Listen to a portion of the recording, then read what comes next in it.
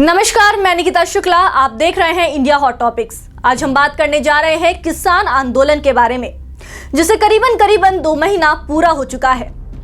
लेकिन आखिर ऐसा क्या हुआ 26 जनवरी, जिस दिन हमारा देश गणतंत्र दिवस मना रहा था, उस दिन हमारे देश को पूरे विश्व के सामने शर्मसार होना पड़ा। देखिए हमारी एक खास रिपोर्ट। इस साल 26 जनवरी पे कुछ ऐसा हुआ जिसने इतिहास के पन्ने एक बार फिर पलट दिए। जहां आज तक देश का गौरव, देश का तिरंगा लहराता था, आज वहां धर्म का झंडा लहरा रहा है। आखिर क्यों हुआ ये? ट्रैक्टर रैली की आड़ में दिल्ली में गुंडागर्दी कराकर किसान नेताओं ने केवल राष्ट्र का मस्तक ही नहीं झुकाया, बल्कि आम किसानों के प्रति लोगों की सहानुभूति को भी तार-तार करने का काम किया। आखिर क्यों हुआ ये? ट्रैक्टर रैली की आड़ में दिल्ली में गुंडागर्दी कराकर किसान नेताओं ने केवल राष्ट्र का मस्तक ही नहीं झुकाया, बल्कि आम किसानों के प्रति लोगों की सहानुभूति को भी तार-तार करने का काम किया। यह कहने में संकोच नहीं कि उन्होंने किसानों को दंगाइयों में तब्दील कर दिया। देश इसे कभी ना तो माफ करेगा और ना ही भूलेगा, क्योंकि उन्होंने जानते बूझते हुए गणतंत्र दिवस से गद्दारी की है। क्या चाहते हैं किसान? आपको बता दें कि दिल्ली पुलिस ने प्रेस कॉन्फ्रेंस करके दिल्ली में किसानों को ट्रैक्टर रैली की शर्तों के साथ इजाजत दी थी। सिंधु बॉर्डर, टिकरी और गाजी बॉर्डर से दिल्ली में कुछ किलोमीटर अंदर आने के बाद रैली डाइवर्ट होनी थी, लेकिन ऐसा नहीं हुआ, बल्कि जो हुआ वो कल्पना से परे था। भारत में 26 जनवरी को गणतंत्र दिवस के मौके पर दिल्ली में किसानों द्वारा निकाले गए ट्रैक्टर रैली की गूंज अमेरिका तक सुनाई दी। अमेरिका के वॉशिंगटन डीसी में खालिस्तान समर्थकों ने एक बार फिर कृषि कानूनों के विरोध के नाम पर भारतीय दूतावास के बाहर प्रदर्शन किया।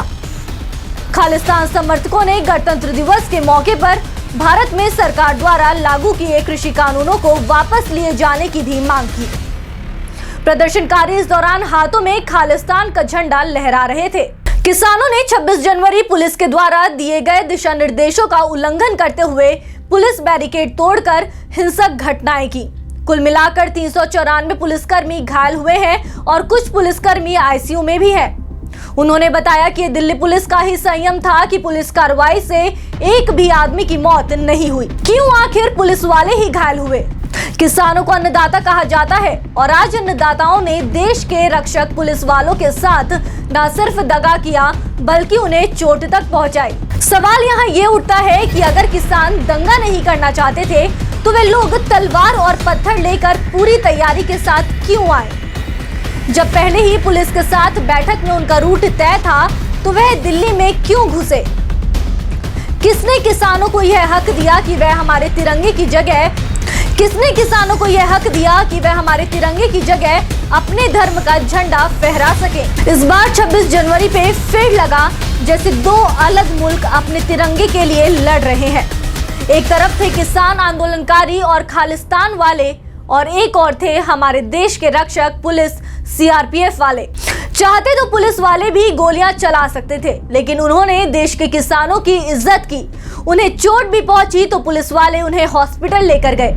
लेकिन क्या है सच? क्या किसान की आड़ में और लोगों ने भी अपना बदला लेना चाहा? कहां गई कांग्रेस पार्टी जिसने संसद भवन तक पैदल चल के मोर्चा निकाला था? आखिर कौन देगा जवाब, या कौन है जिम्मेदार उन 394 पुलिसकर्मियों की हालत का जो आज हॉस्पिटल में दर्द में पड़े हैं? कहां है केजरीवाल जिन्होंने किसान आंदोलन समर्थन किया था? आखिर क्यों चुप है सरकार? राष्ट्रीय ध्वज अपमान का जवाब कौन देगा? कहां से आए खालिस्तान वाले? किसान आक्रामक और उग्रवादी तत्वों को सामने लाए, जिन्होंने मंच पर कब्जा कर लिया और भड़काऊ भाषण दिए, जिससे उनके इरादे स्पष्ट हो गए थे कि वह शांति से कुछ होने नहीं देंगे। जब हिंसा को समस्या के समाधान के रूप में देखा गया है और हिंसा का सहारा लेने और अपने ही देशों की संपत्ति और ढांचे को नुकसान पहुंचाने के कारण हमारे पुलिस और सुरक्षा को हरा दिया, जो हमें अपराधियों से बचाते हैं और हम सुरक्षित रूप से रहते हैं। वे अपना गुस्सा दिखाने के लिए पहले अपने खेतों और घरों को नष्ट क्यों नहीं करते? आपको बता दें कि दिल्ली पुलिस की एफआईआर में किसान ट्रैक्टर रैली के संबंध में एनओसी के उल्लंघन के लिए किसान नेता दर्शनपाल, राजेंद्र सिंह, बलबीर सिंह राजेवाला, बूटा सिंह बुर्जगिल और जोगिंदर सिंह उग्रा के नाम है। एफआईआर में भारतीय किसान यूनियन के राष्ट्रीय प्रवक्ता राकेश टिकैत का भी नाम है।